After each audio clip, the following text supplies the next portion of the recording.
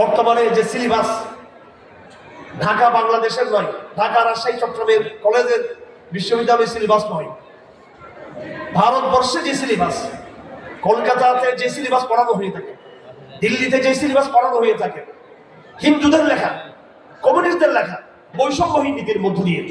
কারণ ইসলামে কোনো জাতপাত নাই, বড় লোক ছোট লোক নাই। ইসলামের আদর্শের মধ্যে সাম্য রয়েছে। ইসলামের আদর্শে বড় লোক ছোট লোক একসাথে তার নামাজ পড়ে। ইসলামের আদর্শে বড় লোক ছোট লোক একসাথে বিয়ে শাদী হতে পারে, একসাথে তারা পড়াশোনা করে। ইসলামের এই চর্চার মধ্যে হিন্দু ধর্মের মতো এখানে কেউ অপান্তেয় আর কেউ একদম এলিট এইরকম চরিত্র এবং সংস্কৃতি ইসলাম ধর্মে নাই। এই কারণে হিন্দুরা ইসলাম ধর্মের দিকে আকৃষ্ট হয়ে দলে দলে তারা ইসলাম ধর্ম তারা গ্রহণ করেছে। বিশেষ করে নিম্নবিত্ত হিন্দুরা বেশিরভাবে তারা ইসলাম গ্রহণ করেছে, এটা তারা স্বীকার করে থাকে। তারা কেউ কথা বলে নাই যে ইরান থেকে, আফগানিস্তান থেকে এবং উজবেকিস্তান থেকে, তাজিকিস্তান থেকে, পৃথিবীর বিভিন্ন জায়গা থেকে, ইয়েমেন থেকে শাহজালাল বা অন্য যারা মিশর থেকে যারা এসেছিলেন, আরব দেশ থেকে যারা এসেছিলেন, ওরা মন্দির ধ্বংস করে এই দেশে হিন্দুদের উপর রাজত্ব করেছেন, এই কথা তারা কেউ স্বীকার করেন নাই। কিন্তু দু একটা ঘটনা ঘটেছে। সুফিয়াই কেরাম যারা ছিলেন তারা ভারতবর্ষে এসে দেখলেন হিন্দুদেরকে তারা দাওয়াত দিচ্ছে, হিন্দুরা দাওয়াত কবুল করানো। তারা মনে করে যে মন্দিরের মধ্যে তাদের অলৌকিক কিছু আছে, মন্দিরের কে ক্ষতি করতে পারবে না। সেজন্য সুফিরা কয়েকটা মন্দির ভেঙে ফেলছিলেন শুধু হিন্দুদেরকে দেখানোর জন্য যে দেখো তোমাদের এই সমস্ত মন্দির শিরকের উপরে প্রতিষ্ঠিত, এগুলোকে কোনো অলৌকিক শক্তি দ্বারা এগুলো কিন্তু সুরক্ষিত নয়, এগুলো শয়তানের রাখে না, এগুলো মূর্তি পূজা হয়। এই জন্য তারা শুধু হিন্দুদেরকে দেখানোর জন্য যে দেখো তোমরা একটা ভুল জায়গার মধ্যে আছো, সেই সময় তারা এই কাজটা করেছিলেন। দু একটা ঘটনা, এগুলো ঘটনা বেশি ঘটে নাই। আমার কথা বলার উদ্দেশ্য হলো ভারতবর্ষে যে সমস্ত সুফিদের আগমন ঘটেছে,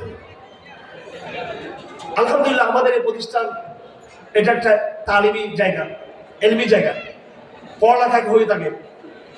কিন্তু আমাদের হুজুর, বড় হুজুর যিনি আছেন, আপনি তার মধ্যে দেখবেন উনি হেফাজত ইসলামের বড় দায়িত্বে তিনি রয়েছেন।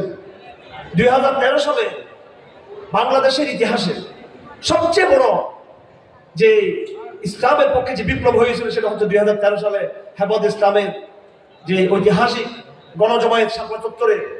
এবং ওই একটা গণের মধ্য দিয়ে বাংলাদেশে চূড়ান্ত ভাবে নাস্তিকরা পরাজিত হয়ে গেছে। বাংলার জমি আর কোনদিন শাহবাগী নাস্তিকবাদ মাথা দাঁড়াতে পারবে না ইনশাআল্লাহ। এটা প্রমাণিত। এই যুদ্ধ তারা পরাজিত হয়েছে। 2013 সালে অনেকে মনে করে থাকে হেফাজত ইসলাম পরাজিত শক্তি, তারা মার খেয়েছে, রক্তাক্ত হয়েছে, গণহত্যা হয়েছে, হেফাজত আর কোমর দাঁড়িয়ে সোজা করে দাঁড়াতে পারবে না। আমাদের বক্তব্য হলো, আমি কোনো দলের এখানে অ্যাডভাইস করার জন্য আসিনি। আমাদের নিরপেক্ষ থাকতে হবে। আমাদের পরিচয় হেফাজত, এটা আমাদের আসল পরিচয় নয়। আমাদের পরিচয় আমরা মিল্লাতে ইব্রাহিমের সৈনিক, সবাই, এটা আমাদের পরিচয়। দল মত নির্বিশেষে আল্লাহর জমিনে আল্লাহর আইন চলবে, আল্লাহর জমিনে কোরআনের শাসন চলবে, এটা অবশ্যই আমাদের সবার লক্ষ্য হতে হবে। আমাদের সবার যে দল করি না কেন, বিভিন্ন দল হতে পারে, কিন্তু প্রত্যেকের কমিটমেন্ট থাকতে হবে যে জমিন আল্লাহ, আইন আল্লাহ। এখানে জমিন আল্লাহ, আইন ভারতের, জমিন আল্লাহ, আইন আমেরিকা, জমিন আল্লাহ, আইন জাতিসংঘের, জমিন আল্লাহ, আর আইন মুজিববাদের, রবীন্দ্রবাদের, কালমার্ক্সবাদের। এই বিষয়ে আমরা বেশি দিন বাংলার জমিনে চলতে দিব না ইনশাআল্লাহ। আমরাও চিনি এই বাংলাদেশকে 10 বছর, 20 বছর, 30 বছর লাগুক, কোরআন শরীফ হাতে নিয়ে বলতে পারবো এই বাংলার জমিন অবশ্যই একদিন কোরআনের জমিনে পরিণত হবে ইনশাআল্লাহ। শুধু বাংলাদেশ নয়, আমাদেরকে আল্লাহ বাঙালি মুসলমান হিসেবে পাঠিয়েছেন, শুধু বাঙালি মুসলমান হয়ে থাকার জন্য নয়, এই পুরো হিন্দুস্তানের নেতৃত্ব আমরা এই বাঙালি মুসলমানরাই দিব ইনশাআল্লাহ।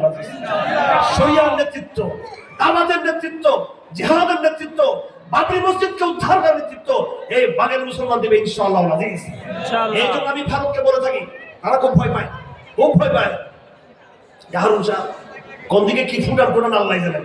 আমি ভারতকে বলেছি বারবার, তোমরা আমাদেরকে নিয়ে ভয় পাওয়ার দরকার নেই, তোমাদের বিরুদ্ধে আমাদের কোনো গোপন এজেন্ডা নাই। গজওয়াতুল হিন্দ এটা হাদিসের কথা। আমি 94 সালে দাওরা যখন পড়ি হাটাজারি মাদ্রাসায়, দাওরার কিতাবের মধ্যে বুখারী, মুসলিম, তিরমিজি, বুখারী এবং তিরমিজি শরীফ পড়াইতেন আমাদেরকে হযরত মাওলানা আব্দুল আজিজ রহমাতুল্লাহ আলাইহি, আমাদের মুহাদ্দিস আব্দুল। মুসলিম শরীফ পড়াতেন মুফতি আজম আহমদুল্লাহ রহমাতুল্লাহ আলাইহি। আর নসাই শরীফ পড়াতেন আমাদের শাহুল ইসলাম আমির হেফাজত আল্লামা শাহ আহমদ শফি রহমতুল্লাহ আলাইহি, তিনি নসাই শরীফ পড়াতেন। আপনারা খেয়াল করবেন হযরত আল্লামা আহমদ শফি রহমতুল্লাহ আলাইহি এই মাদ্রাসার আঙ্গিনাতেও কিন্তু কথা বলেছেন। আবার একদম ওনার জীবনের শেষ দিকে আমার বড় হয় ওনার ইন্তেকালের ওই বছর বা এর আগের বছর তিনি এখানে এসেছিলেন। আপনি খেয়াল করবেন তার প্রত্যেকটা কথার মধ্যে গজওয়াতুল হিন্দের তিনি আলোচনা করতেন।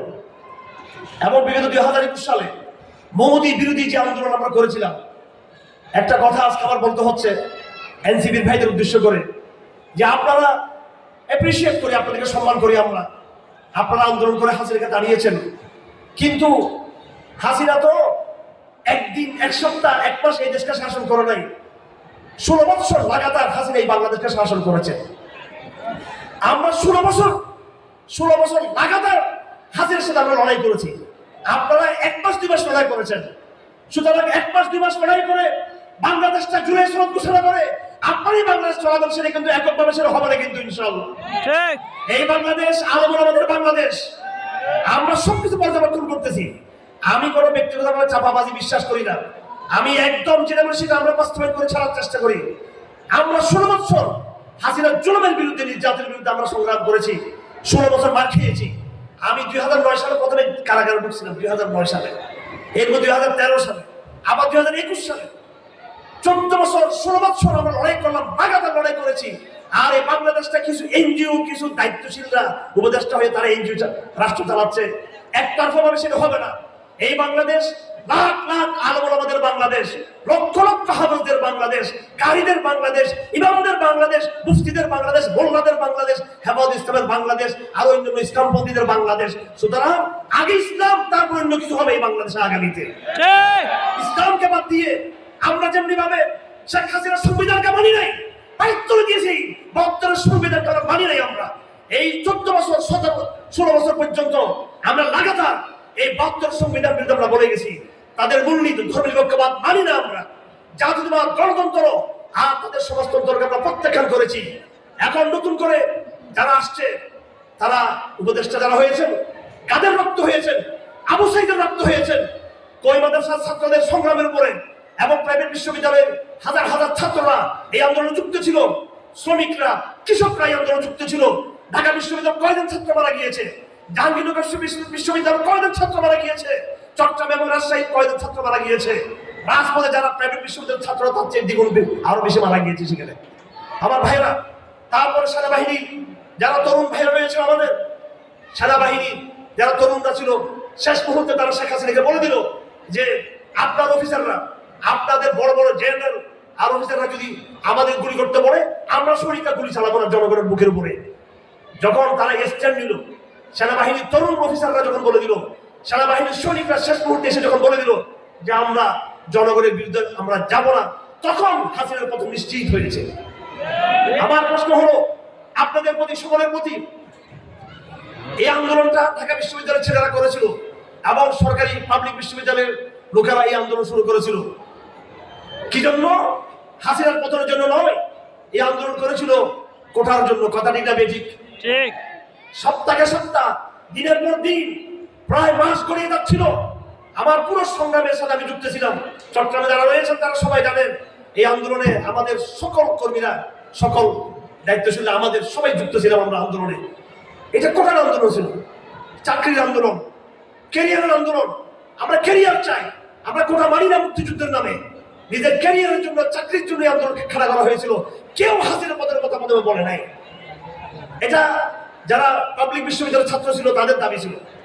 আমি কিন্তু রাজনৈতিক গল্প করতে আসি নাই, আমি আল্লাহর কুদরতের গাইবের কথা বলার জন্য এখানে এসেছি। আমার কথা ধৈর্য ধরে শোনার চেষ্টা করবেন আমার ভাইরা।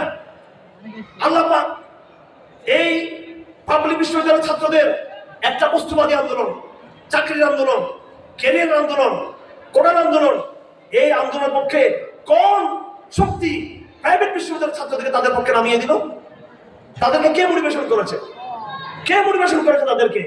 আমরা দেখলাম ঝাঁকে ঝাঁকে আসিফ মাহতাবকে আপনারা চিনেন, প্রাণ বিশ্ববিদ্যালয়ের আমার ছোট ভাই, প্রাণপ্রিয় কলেজের ছোট ভাই, প্রাকের মতো নাস্তিক তৈরির কারখানা।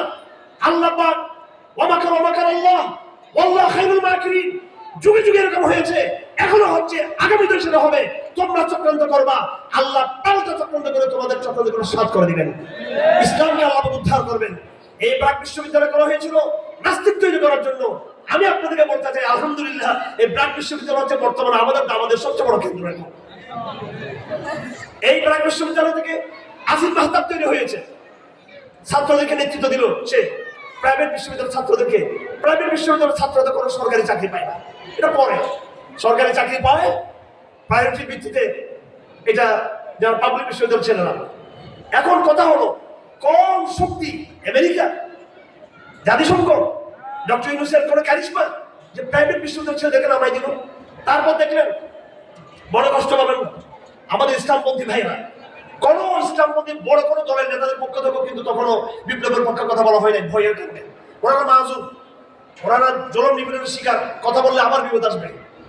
আমাদের অনেক নেতাদেরকে আমরা খুঁজে পাই নাই, কিন্তু স্বতঃস্ফূর্তভাবে এই মাদ্রাসার ছাত্ররা, হাটাদারির ছাত্ররা, ফরিয়া মাদ্রাসার ছাত্ররা, লালবাগের ছাত্ররা এবং যাত্রাবাড়ির ছাত্ররা, ফরিদাবাদের ছাত্ররা স্বতঃস্ফূর্তভাবে এই আন্দোলন যুক্ত হয়েছে। তাদেরকে কে পাঠাবো? তাদের অন্তরকে কে তৈরি করবো? সর্বশেষ জনগণ।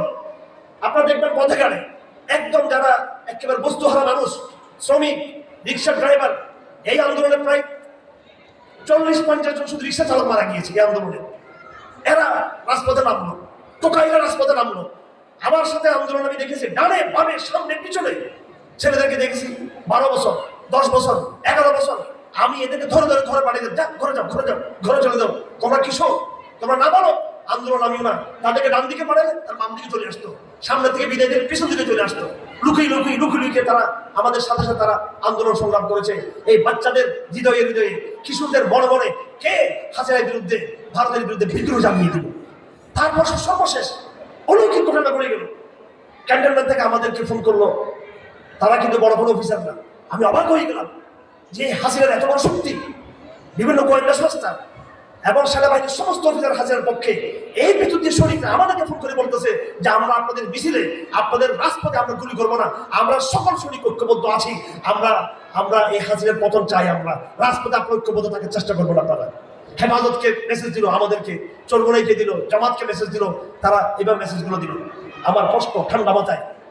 আপনারা হয়তো মনে করতেছেন এগুলো আমি রাজনৈতিক গল্প করতেছি। আমি বলতে চাই আমার ভাইয়েরা, এই যে মানুষের হৃদয়ে পরিবর্তন আসলো, বাচ্চাদের মনে, প্রাইভেট বিশ্ববিদ্যালয়ের মনে এবং মাদ্রাসা ছাত্রদের মনে, সেনাবাহিনী যেখানে কেউ ঢুকতে পারে না, তাদের অন্তরকে পরিবর্তন করিয়ে দিল কে? পরিবর্তন করিয়ে দিল? সে আল্লাহ পরিবর্তন করে দিয়েছে। এবং উর্দু কবিতায় আছে, ইনকিলাবাত জাহা ওয়াইজ রবে কহো হর তাগায়ুর সে সদা আতি হে ফাফহাম। কবি বলেন, পৃথিবীর সকল প্রাকৃতিক পরিবর্তন, পৃথিবীর আজকে ঢাকায় ভূমিকম্প হয়েছে, আপনারা জানেন এই ভূমিকম্প কে করিয়েছে? আল্লাহ এক মুহূর্তে যে কোনো বড় রাষ্ট্রপতিকে দুলিশ্বাত করে দিতে পারেন। আল্লাহ একটু করে দেখিয়েছেন ঢাকার মধ্যে। যখন ঢাকাতে নাড়াচাড়া শুরু হয়েছে, ডক্টর ইউনূসের ক্ষমতা আছে কোন বিল্ডিং কে ধরে রাখার ক্ষমতা আছে? যে আল্লাহ ভূমিকম্প দিয়ে, কিয়ামতের ভূমিকম্প দিয়ে আসমানকে ধ্বংস করে দিবেন, জমিনকে ধ্বংস করে দিবেন, পাহাড়কে তুলে করে দিবেন, সেই আল্লাহ সবকিছু দেখতেছেন। কিন্তু আমাদের হাসিনা কুরসি কারা নিয়ে গেল? কে নিয়ে গেল? সেই আল্লাহ। পৃথিবীর সকল প্রাকৃতিক পরিবর্তন, পৃথিবীর সকল রাজনৈতিক পরিবর্তন এই আমেরিকানরা কখনো তারা কল্পনা করে নাই আমেরিকা এইভাবে আফগানিস্তানে পরাজিত হবে। আমার ভাইয়েরা, বাংলাদেশের এই রাজনৈতিক ঘটনা প্রবাহের মধ্য দিয়ে প্রমাণ হয়ে গেছে আল্লাহর এক মহান কুদরতি গায়বী হাত আমাদের পিছনে কাজ করতেছে। সুতরাং যারা আমাদেরকে ভয় লাগাতে চায়, ভারতকে ভয় করো, আমেরিকাকে ভয় করো এবং জাতিসংঘ এবং বিশ্ব শক্তিকে ভয় করো, আমরা বলে দিতে চাই, আমরা আল্লাহর জমিনে আল্লাহর দ্বীনকে প্রতিষ্ঠা করার প্রশ্নে, আল্লাহর জমিনে কোরআনের জমিনে কোরআনের আইনকে প্রতিষ্ঠা করার প্রশ্নে আল্লাহ ছাড়া কোন ভারতকে, আমেরিকাকে, কোন শক্তিকে, দেশীয় বিদেশি কোন শক্তিকে ভয় পাওয়ার কোন দরকার নাই কোন দরকার। যেমনি ভাবে আল্লাহ পাক হাসিনার দুঃশাসনের 14 বছর 16 বছরের দুঃশাসন নিকট থেকে আল্লাহ পাক আমাদের মুক্ত করেছেন, এই আল্লাহ একদিন ভারতবর্ষের মুসলমানদেরকে হিন্দুস্তানের গজব থেকে মুক্ত করবেন ইনশাআল্লাহ। আল্লাহ পাক একদিন এই মুসলিম উম্মাহকে, আরব দেশকে, ইসরায়েল থেকে মুক্ত করবেন ইনশাআল্লাহ আজিজ। আল্লাহ পাক একদিন আমাদেরকে মুক্ত করবেন, আমেরিকার দুঃশাসন থেকে মুক্ত করবেন ইনশাআল্লাহ আজিজ। আমরা সেই স্বপ্ন দেখি, দেখে অনেকে যে হাসিনা চলে গিয়েছে, এখন বাংলাদেশটা আগে ছিল মেড ইন ভারত, এখন বাংলাদেশটা মেড ইন আমেরিকা হবে। সাবধান করে দিচ্ছি, বাংলাদেশটা মেড ইন কোরআন হবে ইনশাআল্লাহ আজিজ। এই জন্য আপনাদের আমাদের সকলকে সংগ্রাম করতে হবে, এটা সকলকে। জনগণ প্রস্তুত হয়েছে, জনগণ প্রস্তুত করতে হবে, আমাদের আমলাদেরকে প্রস্তুত করতে হবে। সেদিন বেশি দূরে নয় ইনশাআল্লাহ। এখন রাজনীতি নিয়ে অনেকে পাগল হয়ে গেছে, কেউ এমপি হওয়ার জন্য, কেউ ক্ষমতায় যাওয়ার জন্য। আমার কথা হলো, যারাই ক্ষমতায় যাবেন স্বাগত। আওয়ামী লীগ ছাড়া, ভারতের দালাল্লা ছাড়া যারাই যাবেন আমরা খুশি আছি, আমরা সবার সাথে আছি আমরা। কিন্তু কথা হলো, ক্ষমতার মস্তদে যাওয়ার পরে প্রথম কাজ করতে হবে, আমি সাবধান করে দিচ্ছি, আর না হয় ইলেকশনের সময় কিন্তু আমরা প্রচারণা শুরু করবো, প্রত্যেকটা দলের বিরুদ্ধে প্রচারণা করবো। আপনাদের সবাইকে কমিটমেন্ট দিতে হবে, ক্ষমতায় যাওয়ার পর আপনাদেরকে শিক্ষা ব্যবস্থা পরিবর্তন করতে হবে। এই শিক্ষা ব্যবস্থায় মুসলিম সমাজের, মুসলিম দেশের, মুসলিম বঙ্গের শিক্ষা ব্যবস্থায় রবীন্দ্রবাদ, মুজিববাদ, তারপরে সমাজতন্ত্রবাদ, এইভাবে ধর্মনিরপেক্ষবাদের নাম গন্ধ। বাংলাদেশ সেকুলার বাংলাদেশ, এই বাংলাদেশ যখন শায়েস্তা খান আমলে ছিল, শায়েস্তা খানের আমলে যে বাংলাদেশ ছিল সবচেয়ে সমৃদ্ধ বাংলাদেশ ছিল। আওরঙ্গজেব আলমগীর রহমতুল্লাহ আলাইহি, তিনি হাফেজ ছিলেন, আলেম ছিলেন, কারি ছিলেন, মুহাদ্দিস ছিলেন, মুফতি ছিলেন। তিনি যখন বাংলাদেশকে শাসন করেছেন, ইতিহাস সাক্ষী আছে, সেই সময় বাংলাদেশ, শায়েস্তা খানের বাংলাদেশ সারা দুনিয়াতে প্রধান অর্থনৈতিক পরাশক্তি ছিল। সুতরাং কোরআনের শাসন ছাড়া আমরা ঢাকা বিশ্ববিদ্যালয়কে, রাজশাহী চট্টগ্রাম বিশ্ববিদ্যালয়কে বলতেছি না এটা ফিরোজ শাহ মাদ্রাসা বানিয়ে দেন। ফিরোজ শাহ মাদ্রাসা থাকবে, হাটাদারি থাকবে, লালবাগ থাকবে, পড়িয়া থাকবে, লালখান বাজার থাকবে, সুরতগড় থাকবে। কিন্তু ঢাকা বিশ্ববিদ্যালয়কে অবশ্যই মুসলমান হতে হবে, রাজশাহী বিশ্ববিদ্যালয়কে অবশ্যই মুসলমানদের পরিচয় বহন করতে হবে। আমি মুসলিম, এটা পরিচালিত সমস্যা কি? চাইনিজরা নিজেদের কমিউনিস্ট পরিচিতিতে ভয় করে না, নিজেদের বুদ্ধিস্ট পরিচিতিতে ভয় করে না। এই ভারতীয় হিন্দুরা নিজেদের হিন্দু পরিচিতিতে ভয় করে না। আমেরিকার যত প্রেসিডেন্ট সবাইকে দেখবেন তারা বাইবেলের উপর হাত দিয়ে তারা শপথ গ্রহণ করে। আর আমাদের বাংলাদেশে জুলাই সনদ ঘোষণা করেছেন ডক্টর ইউনূস সাহেব এবং আমেরিকার আরেক এজেন্ট ডক্টর আলী রিয়াজ, নাম ধরে এগুলো চিনার দরকার। ডক্টর কামাল সাহেব 71 সালে বাংলাদেশ স্বাধীনতার পরে 72-এর সংবিধান রচনা করেছেন ভারতের প্রেসক্রিপশন অনুযায়ী। এখন ভারত বিদায় হয়েছে বাংলাদেশ থেকে, আমেরিকার প্রেসক্রিপশনে ডক্টর আলী রিয়াজ নতুন এক সংবিধান ভিত্তি রচনা করেছেন জুলাই সনদ দিয়ে। এই জুলাই সনদ দিয়ে ইসলামপন্থীরা কিন্তু আপোষ করতেছেন। আমি হেফাজত ইসলাম, জামাত ইসলাম, খেলাফত মজলিস সব রাজনৈতিক ইসলামিক দলগুলোকে বলে দিতে চাই, আপনারা প্রেসার তৈরি করুন। এই জুলাই সনদে আল্লাহর নাম এবং ইসলামী শিক্ষার প্রতি কমিটমেন্ট, শরিয়ার প্রতি কমিটমেন্ট ঘোষণা না হওয়া পর্যন্ত আপনাদের উচিত নয় এটার পক্ষে গণভোটে যাওয়া। এই গণভোটে যাওয়া উচিত নয়। আপনারা বলুন, জুলাই সনদের গণভোটের আগে জুলাই সনদের সংস্কার চাই, এটা আমার তৌহিদের জনতার দাবি। এদেশের সংখ্যাগরিষ্ঠ মানুষ মুসলমান, কোরআন চাই। আমাদের শিক্ষাতে কোরআন থাকলে সমস্যা কি? সংখ্যাগরিষ্ঠ মুসলমানের দাবি। আমি কাতার গিয়েছি কিছুদিন আগে, সেখানে এখনো পর্যন্ত শরীয় আদালত রয়েছে। সৌদি আরবে যত দোষ দিন না কেন অনেক সমস্যা তাদের আছে, কিন্তু এখনো খণ্ডিতভাবে সেখানে শরীয় আদালত রয়েছে। কাতারে যারা শরীয় আদালত চালায় এদের অনেকেই আমার বাবার বন্ধু বান্ধব, কাতারে সেটা পুরোপুরি চলমান রয়েছে। বাতিলের এত জোয়ারের ভিতরেও বাংলাদেশে যেইভাবে ইসলামী ব্যাংকিং, সুদী ব্যাংকিং এর পাশাপাশি চলতেছে, যেইভাবে সেকুলার শিক্ষার পাশাপাশি কলেজে বিশ্ববিদ্যালয় ইসলামিক স্টাডি বিভাগ আছে, যেইভাবে গণতান্ত্রিক কুফরি রাজনীতির পাশাপাশি ইসলামী রাজনীতি চলতেছে, ঠিক তদ্রুপ আমাদের দাবি থাকবে আগামী দিনে। এই আদালতগুলো ব্যর্থ হয়েছে, এই আইন আদালত আমাদেরকে ফাঁসির মঞ্চে পাঠিয়েছে। রিমান্ডে বাড়িয়েছে, গোমার খুন বাড়িয়েছে। শুধু হাসিনা একা দায়ী নয়, বিচারকরাই কিন্তু দায়ী। এই বিচারকরা দায়ী। আমরা শুধু খালি পুলিশের দোষ ধরি, আর্মিদের দোষ ধরি। এই বিচারকরা কথাই কথাই রিমান্ডে বাড়িয়েছে, আমাদের হাড়ু ভেঙে দিয়েছে এই বিচারকরা। তারাই আমাদেরকে, এই বিচারক এই কামরুন নাহার একজন নামে আওয়ামী ছাত্রলীগের দায়িত্বশীল ছিল, সে ছিল চট্টগ্রামের চিফ জুডিশিয়াল ম্যাজিস্ট্রেট ছিল। আমাকে বলতেছে আপনি পুলিশে যা রেখেছেন সেখানে সিগনেচার করবেন, আপনি স্বীকার করবেন জুনায়েদ বাবুনগরীর উস্কানিতে সারা বাংলাদেশে আপনি সন্ত্রাস চালিয়েছেন, জুনায়েদ বাবুনগরীকে আসামি করে আপনি এখানে সিগনেচার করবেন। এই বদমাইশ বিচারক নাম ধরে বলতেছে কামরুন, এমন কোনো গ্যারান্টি নেই এই তাগুত বিচার ব্যবস্থা, কোরআন বিরোধী বিচার ব্যবস্থা এই বাংলার জনগণ মুক্ত করবে, তার কোনো গ্যারান্টি নেই। সুতরাং আমাদের দাবি হলো আগামীতে যারা আগামীতে যারা ক্ষমতায় যাবে অবশ্যই এই সেকুলার বিচার ব্যবস্থার পাশাপাশি প্যারালাল শরিয়া আদালত চাই। চান কিনা আপনারা? শরিয়া আদালত চাই আমরা। এই শরিয়া আদালতে হানানের মুফতি কাবাইতুল্লাহ হাফিজাহুল্লাহ এবং আমাদের পরিয়ার মুফতি শামসুদ্দিন সাহেব এবং বাইতুল মুকাররমের খতিব শরিয়া আদালতে তারা বিচার করবেন। তাদেরকে শুধু আমরা মসজিদের মাদ্রাসার ইমাম হিসেবে এবং ইফতার মুফতি হিসেবে দেখতে চাই না, আমরা তাদেরকে আগামী দিনের পরিবর্তিত বাংলাদেশের শরিয়া আদালতের বিচার হিসেবে আমরা দেখতে চাই। আমরা তারপর মানুষ দেখবে একদিকে সেকুলার আদালত আর একদিকে শরিয়া আদালত, এরপর মানুষ দেখবে যে কোন দিকে ইনসাফ, তখন এটা দাওয়াত হয়ে যাবে। মানুষ দলে দলে ইনশাআল্লাহ শরিয়া আদালত দিকে মানুষ ঝাঁপিয়ে পড়বে ইনশাআল্লাহ। তেমনি ভাবে এই শিক্ষা ব্যবস্থাকে পরিবর্তন করতে হবে। 5 বছর যদি ইসলামী শিক্ষা, ইসলামী নীতির ভিত্তিতে জাস্টিস তৌফিক ইসলামকে আমরা আনতেছি বাংলাদেশে মাহফিল করার জন্য, মাহফিলের জন্য বহু লোক আছে। জাস্টিস তৌফিক ইসলাম আমার উস্তাদ, ওনার সাথে আমার সবসময় যোগাযোগ আছে। গত পরশুদিনও তার সাথে আমার চেকিং হয়েছে। ওনাকে বাংলাদেশে যারা আনতেছেন, আমার দাবি থাকবে তাকে নিয়ে ঢাকা বিশ্ববিদ্যালয়ে কনফারেন্স করতে হবে। উনি আমার ভাই চলে আসছেন, আমি কথা দীর্ঘায়িত করবো না।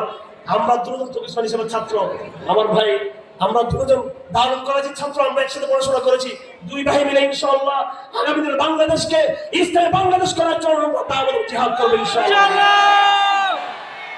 আপনার সঙ্গে থাকবেন ইনশাআল্লাহ। ইনশাআল্লাহ আমরা দুই ভাই মিলে আমাদের সন্তান প্রজন্মকে নিয়ে ইনশাআল্লাহ নতুন এক বাংলাদেশ, কোরআনের বাংলাদেশ করে তুলব ইনশাআল্লাহ। এটা কোনো কঠিন বিষয় না।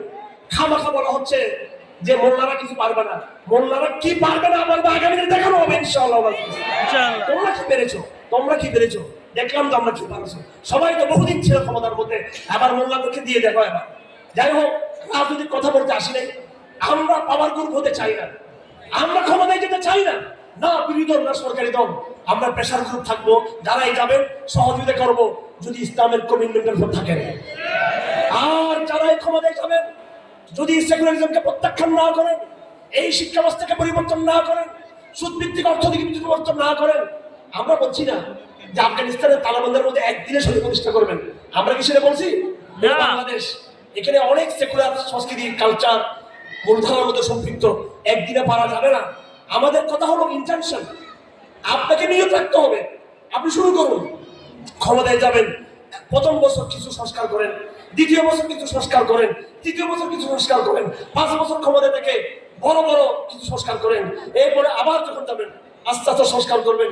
এইভাবে 10 বছরের, 20 বছরের, 30 বছরের পরিকল্পনা গ্রহণ করলে আমাদের রাজনীতিবিদরা এই দেশকে পুরোপুরি একটা শরিয়া, একটা ইনসাফের একটা রাষ্ট্র তারা বানাতে পারে। তারা চাইবে দুর্নীতি দুর্নীতি চিন্তা করেন না। আগামী দিনে কেউ ফেসবুক করবেন ক্ষমতায় গিয়ে, এটা আমরা করতে পারি ইনশাআল্লাহ। আমরা প্রেশার গ্রুপ, প্রেশার গ্রুপ মানে হলো আমরা ক্ষমতায় নাই কিন্তু ক্ষমতায় আমরা পাঠাই। আমরা ক্ষমতায় নাই, আমরা যে কোনো ক্ষমতা আমাদের পারি। ঠিক আছে, কথা ঠিক আছে কিনা?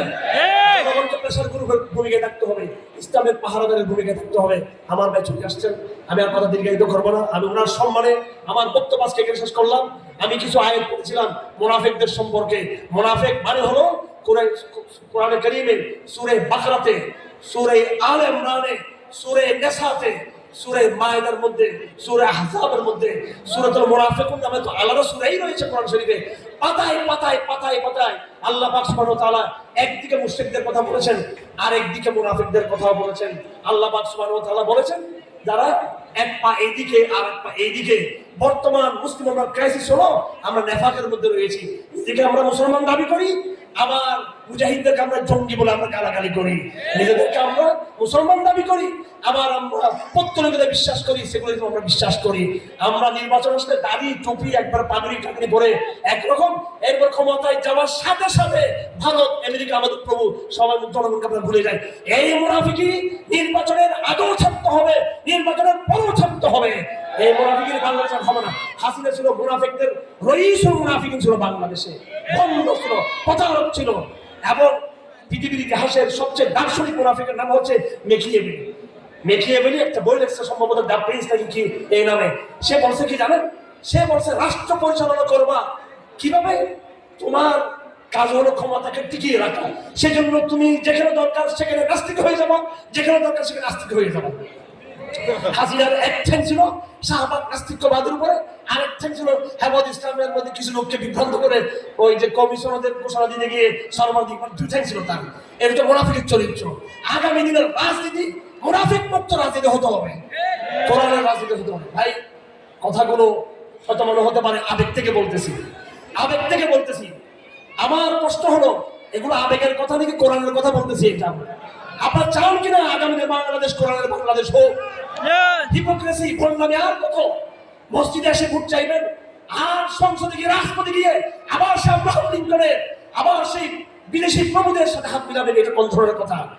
আফগানদেরকে আল্লাহ পাক সাহায্য করে নাই বিদেশি প্রভু ছাড়া? হামাসের বাহিনীকে সাহায্য করে নাই আল্লাহ পাক বিদেশি প্রভু ছাড়া? সোমালিয়ার মুজাহিদদেরকে আল্লাহ পাক সাহায্য করে নাই? করে নাই? অবশ্যই করেছে। আর এই বাঙালি মুসলমানকে আল্লাহ পাক সাহায্য করে নাই জুলাই বিপ্লবে? আপনাদের সাথে কারা ছিল? পুলিশ ছিল, আর্মি ছিল, প্রথমে কেউ তো ছিল না। আল্লাহ আপনাদেরকে সাহায্য করেছে। যে আল্লাহ জুলাই বিপ্লব আপনাকে সাহায্য করেছে, সেই আল্লাহ আগামীতেও সে আল্লাহ আপনাকে সাহায্য করবে ইনশাআল্লাহ। আমাদের কমিটমেন্ট থাকতে হবে, আমরা আল্লাহর সাথে যেন প্রতারণার ভণ্ডামি না করি। আগামী দিনে বাংলাদেশ কোরআনের বাংলাদেশ হোক, এই আহ্বান এবং দাওয়াত থেকে আমি আমার বক্তব্য শেষ করলাম। ওয়া আখিরু দাওয়ানা আলহামদুলিল্লাহি রাব্বিল আলামিন ওয়া মা আলাইনা ইল্লাল বালাগ ওয়া সাল্লাল্লাহু তাআলা আলা খাইরি মুহাম্মদ ওয়া আলিহি ওয়া সাহবিহি আজমাইন। আসসালামু আলাইকুম ওয়া রাহমাতুল্লাহ।